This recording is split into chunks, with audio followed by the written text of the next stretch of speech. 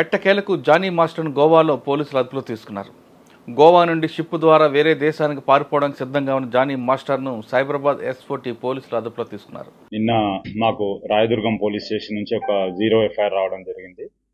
అక్కడ ఒక victim age about 21 to 22 years, ఈ ఫిలిం ఇండస్ట్రీకి సంబంధించిన కొరియోగ్రాఫర్ ఎవరైతే జానీ మాస్టర్ ఎవరైతే ఉన్నారో ఆమెని సెక్సువల్గా అబ్యూజ్ చేసినట్టుగా, థ్రెటనింగ్ చేసినట్టుగా, వర్క్ ప్లేస్లో థ్రెటన్ చేసినట్టుగా, సెక్సువల్ అబ్యూజ్ చేసినట్టుగా మాకు 0 FIR అయ్యి మాకు ఇక్కడికి రావడం జరిగింది. మాకు ఇక్కడ నిన్న మేము కూడా ఇక్కడ FIR చేసినాము. దాంట్లో ఇన్వెస్టిగేషన్ చేస్తున్నాము. యాజ్ పర్ ఇన్వెస్టిగేషన్ వచ్చిన ఎవిడెన్స్ని బట్టి ఫర్దర్గా ప్రొసీడ్ అవుతాము. దీంట్లో విక్టిమ్ ఎవరైతే ఉన్నారో విక్టిమ్ ఎగ్జామిన్ చేయాల్సి ఉంది, ఎవిడెన్స్ కలెక్ట్ చేయాల్సి ఉంది. As per evidence collected evidence further investigation proceed అవుతాం. అదే వర్క్ ప్లేస్లో so and so sexual abuse చేసినట్టుగా, తర్వాత థ్రెటన్ చేసినట్టుగా కంప్లైంట్ ఇవ్వడం జరిగింది. దాన్ని బేస్ చేసుకొని మేము ఇన్వెస్టిగేషన్ చేస్తాం. అది ఇన్వెస్టిగేషన్లో భాగంగా చేస్తాం. ముందుగా ఎవిడెన్స్ కలెక్ట్ చేసుకొని ఆ ఎవిడెన్స్ బేస్ చేసుకొని ఏముందో ఫర్దర్గా ప్రొసీడ్ అవుతాం.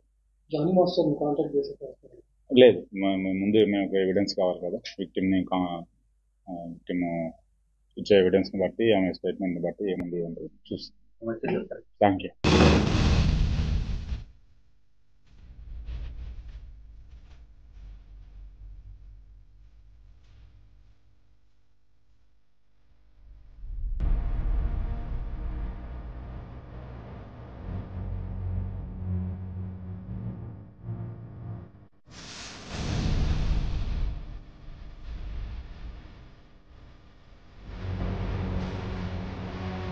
ఇప్పుడు ఈ కేసు బాంబేకి వస్తుందా, నార్సింగ్కి చూస్తారా?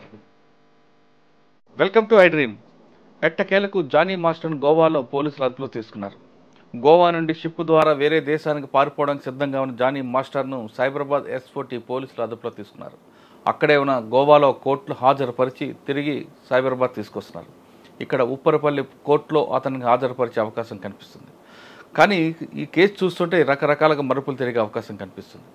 జానీ మాస్టర్ అరెస్ట్ అయినా ఈ కేసు మాత్రం ఒక సీరియల్గా మలిచే అవకాశం కనిపిస్తుంది. ఎందుకంటే రాయదుర్గం పోలీస్ స్టేషన్లో అమ్మాయికి ఫిర్యాదు చేసింది, అది 0 FIR కట్టి ఆ కేసు ఉండింది, ఆ అమ్మాయి ఉంటుంది నార్సింగ్ కాబట్టి నార్సింగ్ పంపించారు. కానీ సంఘటన జరిగింది బొంబాయి కాబట్టి జానీ మాస్టర్ని నార్సింగ్ పోలీసులు విచారణ జరిపి ఈ కేసును బొంబాయి పంపిస్తారా, లేదు ఇక్కడే దర్యాప్తు చేస్తారా అనే అంశాల్ని మనతో మాట్లాడడానికి retired police officer plus advocate doctor Sarveswara Reddy గారు ప్రస్తుతం అంటున్నారు. ఆయన అడిగి చాలా క్లారిటీగా తెలుసుకుందాం. సార్ నమస్తే. సార్, ఇప్పుడు కేసు చూస్తున్నాం, జానీ మాస్టర్ సినిమా ఫీల్డ్లో ఇప్పుడు కొత్తగా కాస్టింగ్ కావచ్చు మారి ఈ విధంగా ముందుకు వచ్చింది. జానీ మాస్టర్ తనకి దాదాపు 4 సంవత్సరాల క్రితమే తన అత్యాచారం జరిపారని, జరపడమే కాకుండా తన కెరీర్ ఎదగకుండా కూడా అడ్డుకుంటున్నారని, తనకు లవ్ జిహాదీ చేయమంటున్నారని, అదేవిధంగా జానీ మాస్టర్ భార్య కూడా తన ఇంటి మీద గొడవ పడిందని అమ్మాయి కంప్లైంట్ ఇచ్చింది. ఈ case Rayadurgam police station, Rayadurgam అమ్మాయి ఉంటుంది నార్సింగ్ లిమిట్స్ కాబట్టి 0 FIR ట్రాన్స్ఫర్ చేశారు. ఇదంతా టెక్నికల్గా పర్ఫెక్ట్గా వచ్చింది. కేసు నమోదు అయిన వెంటనే జానీ మాస్టర్ అబ్స్కాండింగ్ అయిపోయారు. కానీ సంఘటన జరిగింది 4 సంవత్సరాల క్రితమే చేశారు కాబట్టి అప్పటికి అమ్మాయి మైనర్ కావున పోక్సో కూడా దీన్ని ఇంప్లిమెంట్ చేశారు. ఒకవైపు కేసు నడుస్తున్న దర్యాప్తు చేస్తున్న పోలీసులు, ఇంకో టీం S40 వాళ్ళందరూ కూడా అతని కోసం తిరిగారనే విషయం చాలా స్పష్టంగా తెలుస్తుంది. అతని కోసం నెల్లూరు, ఢిల్లీ ఇవన్నీ తిరిగారు. కానీ అతను టెక్నికల్గా గోవా వచ్చి గోవా నుండి షిప్లో పారిపోదాం అనుకున్న టైంలో పోలీసులు అక్కడ వరకు బాగుంది, అక్కడ కోర్టులో హాజరుపరిచారు, అక్కడ ట్రాన్స్లేట్ వారెంట్ మీద తీసుకొస్తున్నారు. పోక్సో కేసు కూడా పెట్టారు, కూడా ఖచ్చితంగా జైలుకి వెళ్లాల్సిందే. కానీ ఇక్కడ 2 విషయాలు మీ దగ్గర కావాల్సి ఉంది. ఎందుకంటే మీరు ఆల్రెడీ అడిషనల్ ఇన్స్పెక్టర్ రిటైర్ అయ్యారు, ప్లస్ అడ్వకేట్గా ఉన్నారు కాబట్టి పోక్సో కేసులో పర్ఫెక్ట్గా కన్విక్షన్ రావాలంటే పోక్సో దర్యాప్తు ఎలాగుంటాయి అంటే ఆల్రెడీ SOP ఉంది. SOP ఉన్న తర్వాత కూడా కొన్ని కేసులు ల్యాప్స్ అవుతుంటాయి కాబట్టి అక్విటల్ కాకుండా ఖచ్చితంగా అతనికి శిక్ష పడాలి ఒకటి. రెండోది, సంఘటన జరిగింది బొంబాయి, FIR అయింది నార్సింగ్ తెలంగాణ. ఈ కేసుని ఇక్కడ లీడ్ చేసుకుంటూ ఇక్కడ ఇన్వెస్టిగేషన్ చేసి బొంబాయి పంపిస్తారా, లేదు అతను అరెస్ట్ చేసుకొచ్చి డైరెక్ట్గా ఎఫ్ఐఆర్తో పాటు ఆయన కూడా పంపిస్తారు అక్కడికి. ఇవన్నీ చాలా ఎందుకంటే కన్ఫ్యూజ్ కనిపిస్తున్నాయి. ఎక్కడ చిన్న లింక్ తెగినా అందులో బయటపడే అవకాశం ఉంది. కాబట్టి ఇటువంటి సంఘటనలు ఇకపై జరగకుండా ఉండాలని టెక్నికల్గా ఎలా ఏ విధంగా దర్యాప్తు చేయాలండి? ఇది చాలా heinous offence. First of all Jani master అంటే తెలుగులో స్టెప్ లేయడంలో కానీ రాంగ్ స్టెప్ వేసాడు. స్టెప్ లేయడంలో తెలుగులో రాంగ్ స్టెప్. అట్లా ప్రెసిడెంట్ కూడా అయిండు.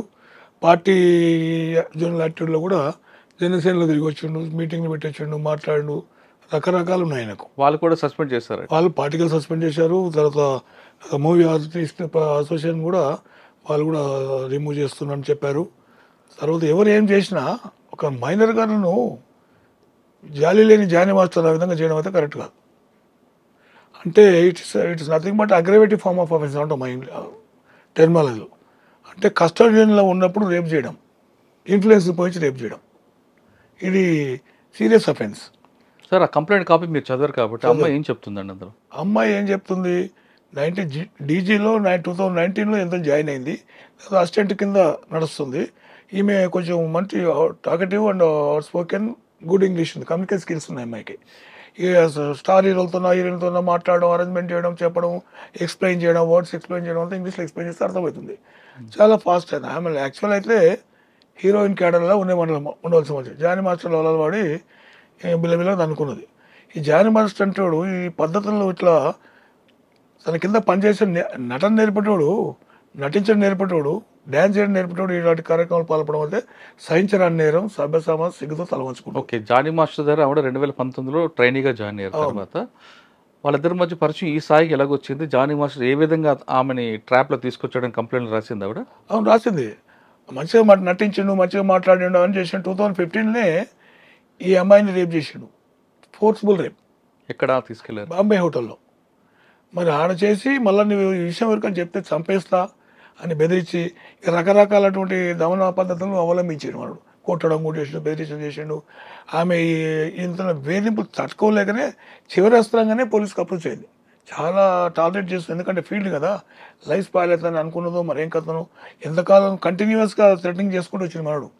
ఈయన కాక ఈయన భార్య కూడా జమ అయిపోయి ఆ నార్సింగ్లో పోయి వాళ్ళ ఇంట్లో పోయి కొట్టి నా మగుని పెళ్లి చేసుకుని బయటకి ఎట్లా పోతామని బెదిరి సంఘటన ఉన్న తర్వాత రిలీజియన్ మార్చుకొని పెళ్లి చేసుకోవడం అనేది it's nothing but love jihad. What is అండి, ఆమె హిందూ ఉంది, ఈమె ముస్లిము, మరి ఆ విధంగా మాట్లాడింది దాని కాంప్లైంట్లో ఉంది. నేను చెప్పడం కాదు, కాంప్లైంట్లో ఉంది. మతం మార్చుకొని నన్ను పెళ్లి చేసుకో, లేకుండా నేను చంపేస్తా, అది దాన్ని బెదిరిస్తే కంపెల్ సర్కమస్టెన్స్ అప్పట్లో రాయదుర్గం పోలీస్ స్టేషన్. అక్కడ 0 ఎఫ్ఐఆర్ ఇష్యూ అయింది. At city file transfer to మన నార్సింగ్ పోలీస్ స్టేషన్కి వచ్చింది. ఎందుకంటే ప్లేస్ ఆఫ్ రెసైడింగ్ అక్కడ కనుక అక్కడికి వచ్చింది. వాళ్ళు ఎఫ్ఐఆర్ రిజిస్టర్డ్ ఎఫ్ఐఆర్ చేసినారు, ఒక ఫోక్స్ యాక్ట్ పెట్టినారు. POCSO act is serious act. ఎందుకంటే any consent of minor girl with consent or without consent it's nothing but rape and that's laws is 376 clause 2 కింద. సమ్మతం ఉన్నా సమ్మతి లేకున్నా అమ్మాయిని ప్యాంపర్ చేసినా ఏం చేసినా అది సెక్స్ 37 రేప్ కిందనే పరిగణించాలని చట్టం చెప్తుంది. ఈ మానవుడు అదే చేసిండు. తర్వాత షూటింగ్ల కడిగి పోయేటప్పుడు కూడా ఇతను క్యారీ వ్యాన్లు ఉంటాయి కదా, దాన్ని పోయేటప్పుడు వాళ్ళ అమ్మని తీసుకోపోకుండా టికెట్లు ఏమైనా బయట పెట్టించి ఏమైనా కొంత వ్యాన్లో కూడా he did all these things. అంటే ఇది మానవ మృగం అనిపిస్తుంది నాకు. చిన్న అమ్మాయిని మైనర్ రేప్ చేయడం వల్ల అదే కంటిన్యూ చేసుకుంటూ వచ్చాడు, కంటిన్యూ సెక్సువల్ అఫెన్స్. అని నాకు తెలిసి ఈయన జీవితం బరీడ్. జైల్లో స్టెప్పులు వేయాల్సింది తప్ప ఇంకా స్టెప్పులు వేయడానికి లేదు బయట. సార్ ఇప్పుడు టెక్నికల్గా మాట్లాడదాం మనం. సంఘటన జరిగింది బాంబేలో. అవును. అప్పుడు ఆ అమ్మాయికి వయసు ఏమో 19 years, 16 years. అవును. ఇప్పటికి 4 years అయింది కాబట్టి 21 వచ్చి ఉండొచ్చు. అవును. ఓకే, కానీ సంఘటన ఇక్కడ కంప్లైంట్ ఇచ్చింది నార్సింగ్లో. 4 సంవత్సరాల క్రితం జరిగినప్పుడు కంప్లైంట్ ఇచ్చిన తర్వాత ఇప్పుడు వస్తుందా లేదా అప్పుడు జరిగింది అప్పుడు కాబట్టి పోక్సో పెట్టచ్చా? ఎప్పుడైనా జరిగింది, రేపే కరెక్టే. అదే 21 years పోక్సో రాదు కదా? రాదు, కానీ ఇప్పుడు అమెండ్ అయింది కదా సెక్షన్ అమెండ్ అయింది, ఫోక్స్ యాక్ట్ వచ్చింది, ఆటోమేటిక్గా దీంట్లో వస్తుంది కేసు. అంటే 16 సంవత్సరాలు ఇప్పుడు చేశారు కాబట్టి ఇప్పుడైనా రేపే. అదే 7 years to 10 years ఇప్పుడు అదే ఉంటుంది. కాకపోతే యాక్ట్ ఎవిడెన్స్ పాయింట్ ఆఫ్ వ్యూలో కొంచెం స్ట్రాంగ్ ఉంటుంది ఫోక్స్ యాక్ట్, ఎస్కేప్ కానీ ఉండదు. అంటే మామూలుగా అంటే మనం గత సెక్షన్ ప్రకారం 376 కాకుండా ఇప్పుడు పోక్సో పెట్టారు. రైట్ సార్, పోక్సో పెట్టారు. ఇంతవరకు బాగా పర్ఫెక్ట్గా చేశారు. ఇప్పుడు ఈ కేసు బాంబేకి వస్తుందా నార్సింగ్ వాళ్ళు చూస్తారు. ఇప్పుడు గోవాలో కస్టడీ తీసుకున్నారు, they produce in the concern court of area. Produce transit warrant Hyderabad తీసుకొచ్చిన తర్వాత ఉప్పరపల్లి కోర్టులో ప్రొడ్యూస్ చేస్తారు, మళ్ళీ కస్టడీ పిటిషన్ చేస్తారు, వేసిన తర్వాత ఇంట్రాగేట్ చేస్తారు, కన్ఫెషన్ అండ్ రికవరీ ఉన్నాయి, కన్ఫెషన్ కథ రాయాల్సిందే. రాసిన తర్వాత అప్పుడు మళ్ళీ again they will produce in the court of law, jail పంపమని. జైలుకి పోయిన తర్వాత అప్పుడు ఫర్దర్ ఎవిడెన్స్ గ్యాదర్ చేసిన తర్వాత ఇక్కడ కూడా ఎఫెన్స్ అయింది కదా. ఇది ఒక డిఫరెంట్ అఫెన్స్ కదండి. ఇది కూడా డిఫరెంట్, మేజర్ అయినా రేపే కాన్సెంట్. ఇక్కడ కంటిన్యూ చేసుకుంటూ వచ్చింది మనోడు, ఇక్కడ కూడా అదే వస్తుంది కనుక 2 ఛాన్సులు దీంట్లో. ఒకటి ఫస్ట్ రేపు అక్కడ కనుక రేపు కింద అక్కడ పంపాల్సిన అవసరం లేదు, ఎందుకంటే పోక్స్ యాక్ట్ వచ్చింది కనుక వీళ్ళు చేసిండ్రు. ఇక్కడ రేపు కంటిన్యూ అవుతుంది కనుక పోక్స్ యాక్ట్ పెట్టినారు. అది ఇది ఉంది. ఇక్కడ వచ్చే నార్సింగ్ పోలీస్ కూడా చేయొచ్చు, బాంబేకి పంపాలని మ్యాండేట్ ఏం లేదు ఇప్పుడు, ఎందుకంటే ఇక్కడ సేమ్ అఫెన్స్ జరిగింది కదా, కంటిన్యూ అవుతుంది కనుక పంపకుండా యాడ్ చేసుకొని ప్లేస్ ఆఫ్ అఫెన్స్ పోతారు, అక్కడ పంచనామా చేసి రాసుకొస్తారు, అక్కడ విట్నెస్ ఎగ్జామ్ చేస్తారు, ఏ రోజు ఏ కథ ఎవరు దిగిన కథ అని రికార్డ్ తీసుకుంటారు. అది ఇది హోటల్ రికార్డ్ తీసుకొని అక్కడ జరిగిన దానికి ఐఎం ఎవిడెన్స్ కోఆర్డినేట్ చేస్తారు. అంతే తప్ప ఫస్ట్ ఇన్సిడెంట్ జరిగింది బాంబే హోటల్, మరి అక్కడ వాళ్ళకి ట్రాన్స్ఫర్ చేయరు. తప్పకుండా అయితే చేయాలి కానీ యాక్ట్ మళ్ళీ ఇక్కడ సేమ్ యాక్ట్ ఇక్కడ జరిగింది కదా, సేమ్ యాక్ట్ ఇక్కడ రేపు జరిగింది కదా. అక్కడ ఏజ్ గ్రూప్ ఏజ్ డిఫరెంట్ కానీ రేపు సేమ్ జరిగింది. కరెక్టే సార్, అది పర్ఫెక్ట్ ఉంది. కానీ ఈ లైన్ ని డిఫెన్స్ వాళ్ళు తీసుకున్నారు. రెండు ఉన్నది ఇంట్లో. ఇక్కడ రేపు ఉంది కనుక రిమాండ్ చేసిన తర్వాత అక్కడ రేపు ఉంది కనుక పాయింట్ ఆఫ్ డ్యూటీ, ఫస్ట్ రేపు కనుక పాయింట్ ఆఫ్ డ్యూటీ అక్కడ సిడి ఫైల్ పంపొచ్చు, కంప్లీషన్ ఆఫ్ ఆల్ పంపించు. అదొకటి. పంపలేదు అనుకున్నా కూడా ఇది నాట్ ఏ క్రైమ్, ఇక్కడ కూడా చేయొచ్చు అనేది నా కాన్సెప్ట్. అంటే ఒకవేళ అక్కడ రేప్ కేసులో చూపించి ఇక్కడ లవ్ జిహాదీ తర్వాత వైఫ్ వెళ్ళి కొట్టింది కాబట్టి ఆ సెక్షన్ లో రిమాండ్ చేయాలి. ఇక్కడ 506 మీటింగ్ అన్నీ వస్తాయి, రెస్పాన్స్ కొట్టింది అన్ని ఇక్కడనే వస్తాయి. ఇక్కడ కూడా రేపు అయింది కదా, మళ్ళీ కూడా చేసి ఇవన్నీ ఇక్కడ వస్తాయి. ఫస్ట్ అఫెన్స్ అక్కడ ఉంది కనుక మనం ప్రైమ్ అఫెన్స్ తీసుకుంటే అక్కడే పోతుంది. కాకపోతే ఇక్కడ సేమ్ అఫెన్స్ ఇక్కడ కూడా అయినాయి కనుక అది ఎటు చేసినా ఎంత పెద్ద నేరం ఏం కాదు, పెద్ద ఎస్కేప్ అయితే సీన్ లేదా. అంటే ఇక్కడ డిఫెన్స్ వాళ్ళకి అదొక లైన్ దొరుకుతుంది కదా, ఏ లైన్ దొరకదు, లైన్ అంతే అటే ఇటు అటు 2 దిక్కులు ఉంది. కాకపోతే అటు ఇవన్నీ కంప్లీట్ చేసినాక పంపుతారు.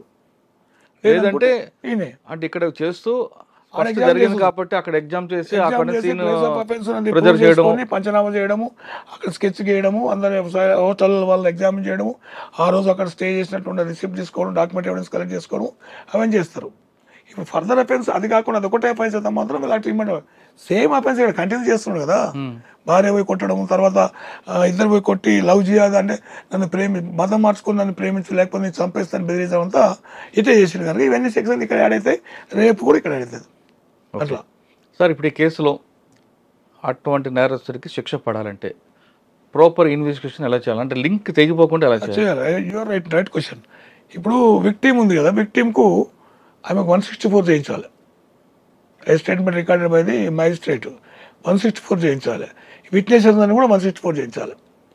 పంచనామాలో కూడా గవర్నమెంట్ పంచెస్లు పెట్టాలి, ఎంప్లాయీస్ ఉంటారు పంచెస్ పెట్టాలి. సివిలియన్ పెడితే వాడు దేనికో, ఎందుకంటే ఒకసారి హాస్టల్ అనుకో యాక్షన్ తీసుకుంటారని చెప్పేసి భయం నిజం చెప్తారు, అది చూసి నిజం చెప్తారు కనుక ఆ విధంగా చేసుకొని చైన్ లింక్ చేయకుండా ఎవిడెన్స్ కనెక్టివిటీస్ కూడా చేస్తే డెఫినెట్ కన్విక్షన్ కేసు. ఇంకోటి ఏముంటుంది అంటే దీంట్లో no further evidence is needed, victim evidence is substitute to constitute the offence అనేది లా సేస్ ఎవిడెన్స్ యాక్ట్ చెప్తుంది. 114 అవన్నీ ఉండేది అట్లా, 113 114 ఎవిడెన్స్ అట్లా ఇవి చెప్తాయి. ఎందుకంటే ఒక ఇంట్లో బెదిరించింది ఇంకోరికి ఎట్లా వస్తుంది, 4 గోడల మధ్య వేసింది కనుక ఆమె స్టేట్మెంట్ బిలీవ్ చేయాలనేది లా, మే ప్రెజ్యూమ్ సెల్ఫ్ ప్రెజ్యూమ్ కింద వస్తుంది. అందు గురించి ఆ ఫర్దర్ స్టేట్మెంట్స్ ఒక దొరకవు మనకు, అయినంత మాత్రం కేసు పోతుంది. డెఫినెట్ కన్విక్షన్ కేసు 10 సంవత్సరాలు తక్కువ కాదు. భార్య భర్తలు ఇద్దరు, ఆమె చిన్న కూడా జైలు పోతుంది, ఈయన చిన్నపాలు జైలు పోతాడు. ఓకే సార్, ఇప్పుడు 164 స్టేట్మెంట్ చేస్తుంది ఒకటి సరిపోద్దా, లేదు మెడికల్ ఎవిడెన్స్ కూడా కావాలి? మెడికల్ ఎవిడెన్స్ ఫార్మల్గా ఉంటుంది తప్ప అది ఎవిడెన్స్ మస్ట్. ఆమె విన్నది ఆమె ఎట్లా బాధ పెట్టింది ఇవన్నీ ఉంటాయి కదా. ఇప్పుడు ఆ మార్క్స్ ఏమి ఉండవు, నీళ్ళ మార్క్స్ కానీ మార్క్స్ కానీ ఏమి ఉండవు. కాకపోతే అంటే సెక్స్ చేసినట్లనే కన్ఫర్మ్ ఇస్తారు, వెర్జినిటీ లేదు అని చెప్పి ఇచ్చేస్తారు. దట్ ఈస్ కరెక్టే సార్. ఆ మెడికల్ రిపోర్ట్లో కూడా అంటే రేప్ వల్ల కాదు, లేదా ఇంకొక రకం కూడా వెర్జన్ కాదని కూడా ఇచ్చారు, డిప్లొమాటిక్ ఇస్తారు కదండి రిపోర్ట్. అట్లా అదేమంటాయంటే మీరు చెప్పేది కొన్ని కేసుల్లో ఉంటుంది, అది ఈ కేసు కాదు. ఇట్లా ఇది ఓన్లీ వెర్జిన్ కాదని ఇస్తారు అంతే. ఎవడు ఏం చేసినా వాళ్ళకి సంబంధం లేదు, రాదు. She not virgin, already admitting అని ఇస్తారు. ఉమ్, అది అడ్మిజబుల్. ఈమె చెప్పిన దానికి మెడికల్ విషయానికి ఈమె కన్య కాదు, ఇట్లా అయిపోయింది అనేది కూడా ఇస్తారు. అచ్చా, సో అది ఎవిడెన్స్ సరిపోద్ది. సరిపోతుంది. ఈమె స్టేట్మెంట్ మీరు చెప్తున్నట్లుగా అన్నిటికన్నా ఆ అమ్మాయి బయటకు వచ్చి చెప్పిందంటే తనకు జరిగిన అన్యాయాన్ని కోర్టు అదే అదే ప్రయారిటీ తీసుకుంటుంది. దాన్నే ఒప్పుకుంటుంది కోర్టు. ఫర్దర్ ఎవిడెన్స్ అవసరం లేదు. ఎవిడెన్స్ అట్లా క్లియర్గా ఉంది. సో దట్ ఈయన జైలుకోవడం ఖాయము, కన్విక్షన్ కావడం ఖాయము, చెప్పకూడదు ఖాయం. ఓకే, కరెక్ట్గా మీరు అన్నట్లుగా కన్విక్షన్ వస్తే జరుగుతుంది. నేను అంటుంది జానీ మాస్టర్ కేసు కాకుండా జనరల్గా మాట్లాడుతుంటా. ఇటువంటి కేసుల్లో ఒక స్టేజ్కి వచ్చిన తర్వాత కంప్లైంట్ విత్డ్రా అయిపోవడం లేదా విట్నెస్ అస్టాల్ అవ్వడం జరిగి అక్విటల్ అవుతుంటాయి. ఒకవేళ ఈ కేసులో 164 స్టేట్మెంట్ రికార్డ్ చేసిన తర్వాత కూడా బాధితురాలు నేను మర్చిపోయినాను ఇంకో విషయం చెప్పింది అనుకోండి, అప్పుడు ఏమవుతుంది? బాధితుడు యూ టర్న్ తీసుకున్నారు. ఈ కేసు కాదని అంటుంది జనరల్గా విక్టిమ్ యూటర్న్ తీసుకుంటే ఏంది పరిస్థితి ఉంటుంది. యూటర్న్ తీసుకున్నందుకే 164 ఉంది. అండ్ 164 చెప్పిన తర్వాత కూడా ఆవిడ నేను రేర్ చెప్పింది అనుకో, 164 పరిగణన తీసుకుంటాడు కోర్టు. అది మేజిస్ట్రేట్ రికార్డ్ చేసింది. అప్పుడు చెప్పకుండా పెళ్లి చెప్తారు రాదా?